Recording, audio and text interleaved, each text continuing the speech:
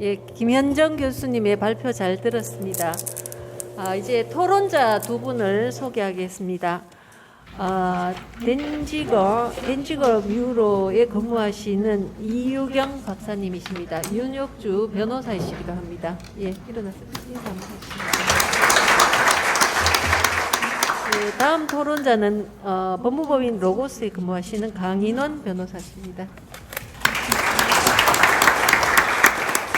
예, 우리가 플로어에서도 조금 토론을 들어야 하니까 두 분 토론자께서는 되도록 한 7분 정도 해서 토론을 해주시면 감사하겠습니다. 예, 먼저 이유경 박사님께 부탁드리겠습니다.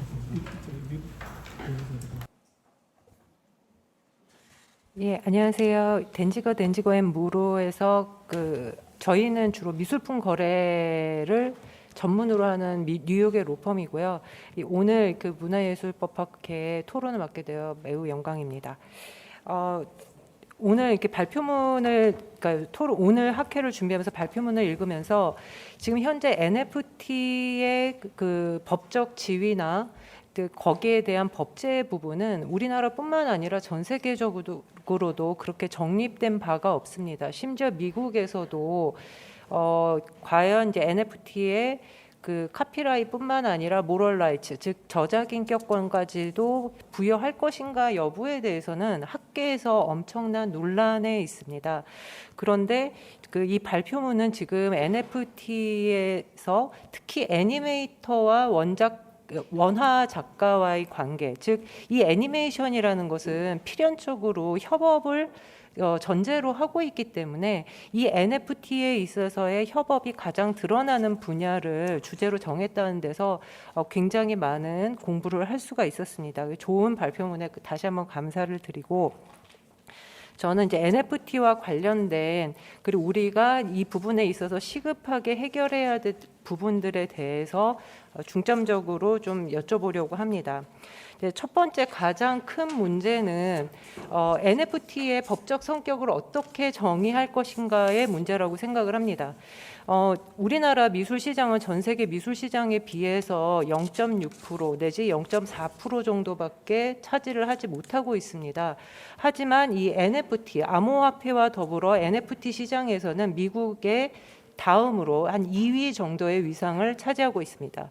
하지만 이에 비해서 이 NFT에 대한 법적 정의와 규제를 어떻게 할 것인지에 대해서는 아직 연구 시작 단계라고 생각을 합니다.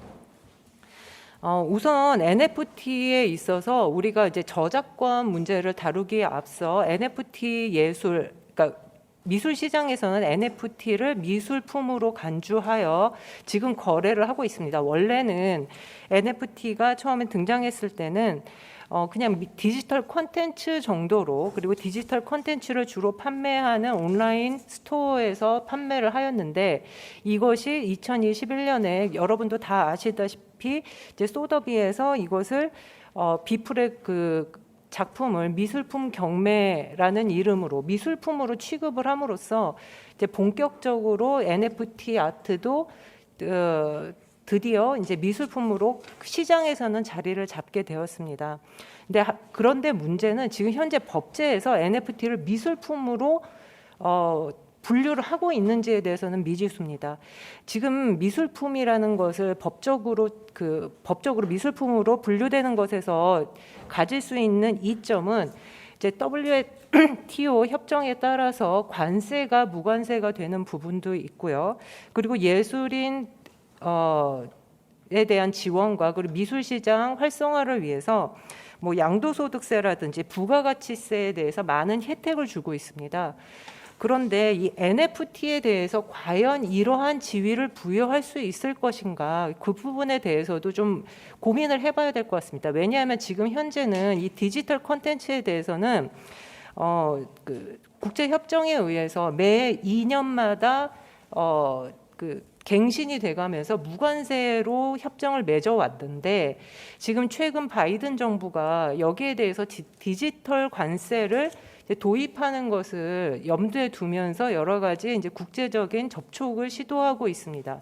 즉 여기에 대해서 갱신이 되지 않을 수 있다는 거죠. 그러면 우리가 두 번째 시장 NFT 시장 강국으로서 K 콘텐츠를 외국으로 수출을 보냈을 때 여기에 대해서 관세를 매길 수 있는 가능성이 있다는 겁니다. 그런데 여기를 이 NFT 아트를 만약에 미술품으로 간주를 하게 된다면 지금 현재 디지털 콘텐츠에 대한 관세 협정이 아니라 미술품에 대한 무관세 협정으로 분류가 되어 우리가 이제 아무래도 이 NFT 분야에서는 우리나라가 그 수출국으로 위상을 자리매김할 가능성이 높기 때문에 이 부분이 매우 중요하다고 생각을 합니다. 그런데 제가 이제 그 여기에서 드는 의문은 과연 NFT 중에서도 어떠한 NFT에 대해서 미술품으로서의 자격을 부과할 수 있을 것인가에 대한 그러한 이제 문제들이 이제 발생을 하는데요. 이제 그 발표자께서는 NFT에 대해서 종류를 조금 나눠주시기는 했지만 솔직히 지금 NFT 자체의 성격을 보면 디지털 콘텐츠와 그 내용적인 면에서는 크게 구분이 가지 않습니다. 예를 들어서 이제 우리나라는 그 구분이 조금 약하긴 하지만 이제 영미법 같은 경우 카피라이트와 모럴라이트를 나누는, 그러니까 저작 인격권과 저작 재산권의 성격이 좀 다르다고 생각을 하면서 저작 인격권 같은 경우에는 그 아티스트의 그 권리뿐만 아니라 퍼블릭 인터레스트, 즉 문화 향유권이라고 하는 국민들의 이익이 굉장히 많은 비중을 차지를 하고 있습니다. 우리가 문화예술에 대해서 물론 산업적 측면도 있지만 법적으로 보호하고 있는 이유는 문화 향유권, 일반 국민들이 그 미술을 통해서 정서를 함양하고 이제 하는 그러한 이제 그 공익들을 제공을 할 수 있는 가능성을 담재하고 있기 때문에 여기에 대해서 보호를 하는 것인데, 사실상 NFT에 대해서는 디지털 콘텐츠에서 미술품으로 격상을 하기 위한 이제 그러한 요건들이 무엇인지에 대해서는 연구가 진행이 되지 않고 있고, 제 사견으로는 이 미술품으로서 인정이 되기 위한 가장 큰 요건은 창작성, 그러니까 그 독창성, 그리고 다른 무엇보다 메시지라고 생각을 합니다. 근데 이제 발표자께서도 지적을 해주셨다시피 예술품인가 아닌가를 법이 규정을 할 수는 없습니다. 지금 무슨 얘기냐면 넓은 NFT 전반에서 어떠한 일정 부분만 예술품으로 인정될 수 있다면 시장에서, 그럼 법에서는 어떠한 역할을 해야 되느냐, 그 작은 부분을 규정을 제대로 해서 그것을 집어내서 그것만 보호해야 되느냐에 대해서는 저는 좀 부정적인 생각입니다. 무슨 얘기냐면 NFT라는 그 형식을 통해서 예술품으로 인정될 수 있는 가능성이 조금이라도 남아 있다면 이 NFT 전반에 대해서 예술품으로서 미술품으로서 보호될 수 있다라고 규정을 하는 것이, 그러니까 NFT를 제외하지 않는 것, 즉 무슨 얘기냐면 관세법이나 뭐 소득세법 아니 부가가치세법 등등에서 손으로 그린을 이라는 그런 법적 요건을 미술품을 정의하는 개념 요소에서 제거하는 것이 맞다. 즉 뭐 디지털 아트라는 것도 충분히 미술품의 그 분으로 포함될 수 있다. 이렇게 보는 것이 맞다고 생각을 합니다. 그리고 제 견해에 대한 발표자의 입장이 좀 궁금하고요. 그리고 이제 그 애니메이션에 있어서 NFT에 있어서 이제 아무래도 협업이 되다 보니까 이제 여기에 대해서는 공동 저작권 문제가 있을 수 있는데요. 그 전에 저작권의 부분에 있어서는 그러니까 인정에 있어서는 큰 문제가 없을 것 같기는 한데, 과연 여기에 대해서 영상이냐 아니면은 회화냐라는 부분은 문제가 있을 것 같습니다. 왜냐하면 원 소유자가 만약에 회화라 그러면 저작재산권을 양도받지 않아도 자신이 임의로 전시를 할 수 있지만, 영상 같은 경우는 그러한 원소유자의 권리를 따로 규정을 해놓지 않았기 때문에 이러한 부분에 있어서는 저는 이제 아무래도 영상 쪽에 가깝다고 생각을 하는데, 그 발표자께서는 어떻게 생각하시는지 좀 궁금하고요. 그리고 마지막으로는 지금 우리 법원은 그냥 단순히 단순 작업을 수행을 하거나 지시에 따른 경우에는 공동 저작자로 인정할 수 없다라고 얘기를 하고 있고요. 이 뽀로로 첫 번째 그 판결은 뽀로로에 대한 판결인데요. 근데 어쨌든 어떠한 그 자신의 의견을 적극적으로 피력해서 반영시키는 것, 그리고 그래서 작품을 구체화하게 표현하는 데 기여해야 된다라고 얘기를 하고 있습니다. 그리고 이제 근데 그 또 하나의 부분은 이제 여기에 창작성이 가미가 되면 제2차 저작물이라고 본다고 하고 있는데요. 제 생각에는 이 애니메이터 같은 경우에는 도급 관계로 주로 이제 도급으로 이루어지고 있습니다. 이게 원청에서 이제 애니메이션 회사에다가 계약을 하고 이제 그렇게 제작을 하게 하고 있는데, 근데 이제 미국 같은 경우에 있어서는 이제 도급에 의한 저작물 제작에 있어서는 이제 그 간단한 법리를 정립해 놓고 있습니다. 예를 들어서 이 원청이 아니었으면 제작자가 제작을 할 이유가 없었고, 그리고 여기에 대해서 지시 감독 관계가 있었다고 하면 거기에 대해서는 이제 그 아무리 제작자가 일정한 창작성을 부여했다고 하더라도 저작인격권을 인정하지 않는 그러한 법리를 부여하고 있는데, 지금 이제 말씀해주신 것처럼 협업에 있어서는 굉장히 다양한 그 분야에서 협업이 이루어지고 있고, 지금 여기서는 별로 언급이 되어 있지 않지만 특수 효과나 이런 것들을 위해서는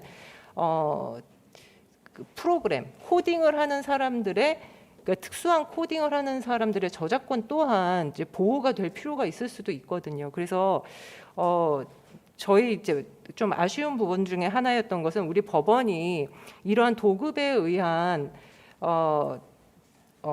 그 저작권 그 공동 저작권 인정 문제에 대해서는 좀 대답이 좀 미진하다는 것입니다. 그래서 좀 분명한 기준을 보여주지 않고 있고, 또 하나의 문제는 그냥 단순히 원청과 애니메이션 회사뿐만 아니라 애니메이션 회사 내에서 직원 중에 한 명이 뭐 그 직무 발명이나 이제 이런 식으로 그 하는 일종의 보상금 정책밖에 마련이 되어 있지 않다는 점에서, 뭐 아까 그 기조 발제 아니 그 전반적으로 발제해 주신 기조 발제해 주신 그러니까 대로 오징어 게임의 그 넷플릭스만이 이제 모든 부를 다 가지고 가고, 정작 그 감독이나 배우들은 거기에 대해서 제대로 된 보상을 받을 수 없는 것과 마찬가지로, 예를 들어 뽀로로에 대해서 그 굉장히 많이 기여를 한 애니메이터한테, 개인 애니메이터와 그 원청과의 관계에 대한 관계 정립도 법적으로 좀 정리를 할 필요가 있다고 생각을 합니다. 그 발표자 시간 조금 발표자께서는 애니메이터가 공동 저작자로 인정되기 위한 요건이 어떤 것들이 있을까 생각해 두신 점이 있다면 그 고견을 좀 듣고 싶습니다. 감사합니다. 예, 중요한 여러 가지 토론을 해주셨는데요. 사실 지금 토론 주제로 나온 것들이 별도의 하나의 그 발표 논문으로 되어도 될 만큼의 굉장히 큰 내용들이었습니다. 강인원 변호사님의 그 토론을 듣고 또 플로어에서도 질문을 듣고 그렇게 하도록 하겠습니다. 예, 토론해 주시기 바랍니다. 네, 안녕하세요. 저 법무법인 로고스에서 근무하고 있는 강인원 변호사입니다. 예, 사실 저는 제가 그 벤처 투자 회사에 지금 준법 감시인으로 또 겸직을 하고 있어서 그 벤처 투자 회사로서 이제 벤처 투자 기업, 그래서 신산업 분야를 좀 많이 접할 수 있는 기회가 있어서 NFT 분야도 좀 자연스럽게 접하게 됐고, 그래서 그런 인연으로 또 여기까지 토론의 자리까지 오게 된 것 같습니다. 그래서 그 NFT 미술을 위주로 한 작품을 제작한 협업 예술가들에 대한 정보, 그다음에 협업 간 켜시고 다시 켜시고. 협업자 간 합리적인 이익 분배를 위한 제한 등이 있어서 다시 말씀드리겠습니다. 그래서 제 소개는 그렇게 말씀드렸었고요. 그 NFT 미술을 위주로 한 작품을 제작한 협업 예술가들에 대한 정보, 그다음 협업자 간의 어떤 합리적인 이익 분배를 위한 제한 등에 있어서 상당히 또 구체적인 발제를 해주셔서 여러 가지 또 그 파생되는 법적 쟁점을 생각해 볼 수 있는 기회를 제공해 주신 발표자 교수님께 깊이 감사드립니다. 저는 발제문 중에 언급된 몇 가지 부분에 대해서 보충 설명을 요청드리는 차원에서 몇 가지 질문을 드리고자 하고요. 이건 사실 제가 첫 번째로 질문을 드리고 싶었던 부분은 첫 번째 토론자께서 질의하셨던 두 번째 질문하고도 관련이 되는 부분인데요. 그 발제문에서 미술사에서의 협업과 투명성, 그 중에서도 그 조영남 대작 사건을 통해서 이제 협업을 둘러싼 그런 실제 분쟁과 담론의 발전을 소개해 주셨는데, 이게 기본적으로 이제 예술가하고 기술자의 차이에 대해서 여러 가지 고민을 해주신 것으로 이해가 됩니다. 참고적으로 저작권법 2조 1호에서도 그 저작권의 개념을 인간의 사상 또는 감정을 표현한 창작물이다. 그래서 두 가지 요건을 모두 갖추어야 저작권으로서 인정되는 것으로 그렇게 정의를 내리고 있고, 그래서 이와 관련해서 일반적으로 이제 저작권법상으로는 뭐 조수나 창작의 동인을 제공한 자, 그다음 창작을 의뢰한 자, 그다음 감수 교열자에게는 일반적으로 이제 저작권이 인정되지 않는다라고 설명이 되고 있고, 저작권에 대한 합의에도 불구하고 창작자가 저작자로 된다는 저작권법의 기본 원칙이 일반적으로 이제 논의되고 있는 부분이 있는데, 이와 관련해서 또 예술 전문가로서 예술가와 기술자의 가장 중요한 차이로 보시는 부분에 대해서 견해를 여쭙고자 하고요.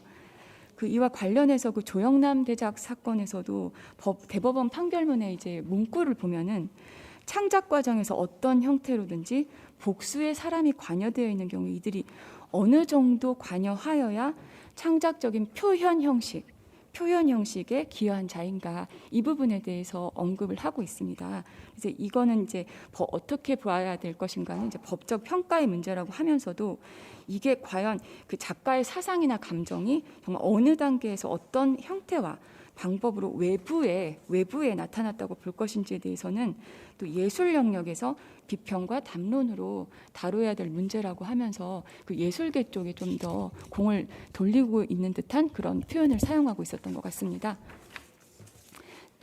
다음으로 질의를 드리고 싶은 부분은 그 발제문 중에서 이제 애니메이션을 이용한 NFT 미술에서의 협업의 투명성을 위한 제언을 해주셨는데, 그 중에서 약관과 작품 소개란을 통한 협업 애니메이터의 공개를 제안해 주셨습니다. 근데 이 부분에서도 이제 단순하게 기술자가 아니라 공동 예술가로서 협업하는 애니메이터를 공개하는 것은 이제 예술가를 보호하기 위한 것이면서, 동시에 또 해당 NFT 예술 작품의 거래에 참여하는 그런 일반 대중의 진정한 선택권을 보호하기 위한 면도 있을 거라는 게, 여기서부터 이제 제가 주관적인 생각을 해본 것이고요. 그래서 이와 관련해서 이제 양쪽 중에, 그러니까 예술가를 보호하기 위한 면과 그다음에 이 NFT 예술 작품의 거래에 참여하는 그 일반 대중의 진정한 선택권, 이 중에서 어느 쪽에 좀 더 강조점이 있으신지 그 부분에 대해서도 여쭙고자 합니다. 마지막으로 이제 그 발제문에서 NFT 미술에서의 협업의 투명성, 그 중에서도 이제 애니메이션과 협업한 NFT 미술의 저작권 부분에서 NFT 미술의 특성 중 하나로 거래 내역이 투명하게 공개된다. 그래서 이 부분이 이제 기존 미술 시장의 폐쇄성 문제를 해결하는 데 있어서도 도움이 될 수 있을 것 같다라는 점을 지적을 해주셨는데, 그 NFT 미술에서 시작될 위와 같은 변화가 현대 미술계에서도 긍정적인 영향을 미칠 가능성이 있는지 그 부분을 좀 여쭙고자 합니다. 이게 사실 그 발표문 중에서 그 디샹랜드하고 이제 튜링랜드 정의를 해주시면서 이 둘은 이제 상호 작용하지 않고 평행하게 각자의 길을 가고 있다는 부분을 설명해 주셨기 때문에 이 부분과도 좀 관련되는 내용이 되지 않을까 생각됩니다. 이상으로 토론을 마치겠습니다. 예, 감사합니다.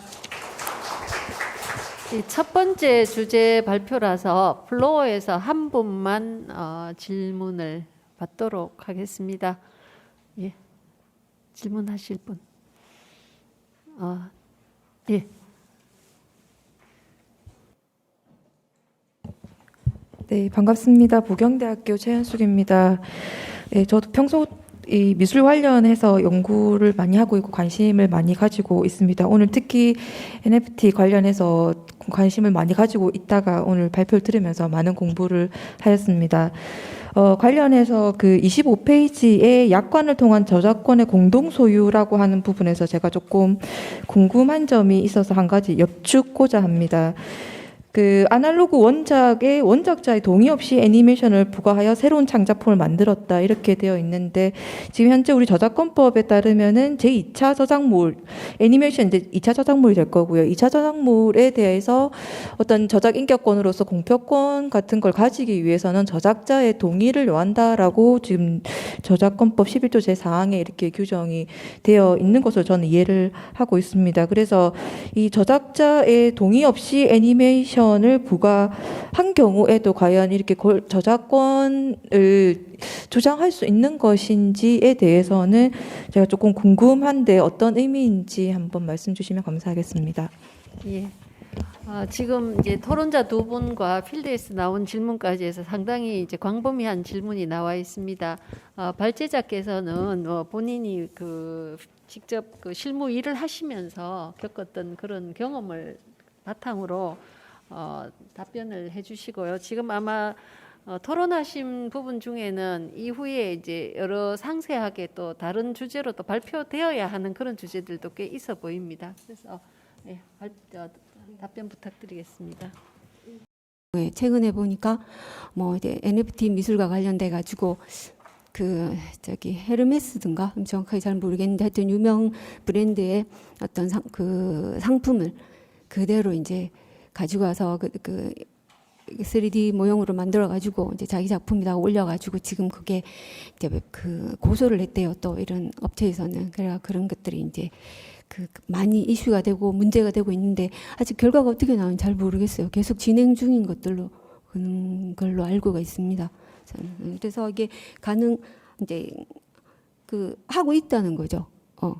작가들은 이런 저작계 동의 없이 2차 저작물을 만들고 있다는 겁니다. 이게 법률적으로 문제가 되는지 안 되는지는 아직 잘 모르겠어요. 그리고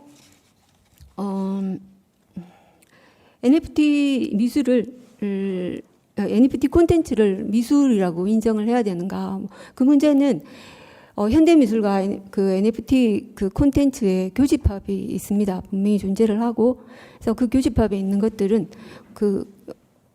기준이 뭐냐 하면은 제가 발표했듯이 그 예술계에서 인정한 예술품들이겠죠. 그래서 그런 것들은 당연히 미술품이고 인정이 되는 겁니다. 그래서 아닌 것들은 이제 그 제외되어 있는 것들이겠죠. 근데 보면은 요즘 뭐 MZ 세대들은 자기 마음에 드는 거 그냥 산다고 해요. 그래서 이런 것들이 사실 또 앞으로는 또 좀 더 바뀌지 않을까 뭔가 개념들이 그렇게 생각하고 있습니다. 그리고 원어 작가와 애니메이터의 협업의 경우에 이제 어떻게 해야지 공동 저작자로 인정되는가?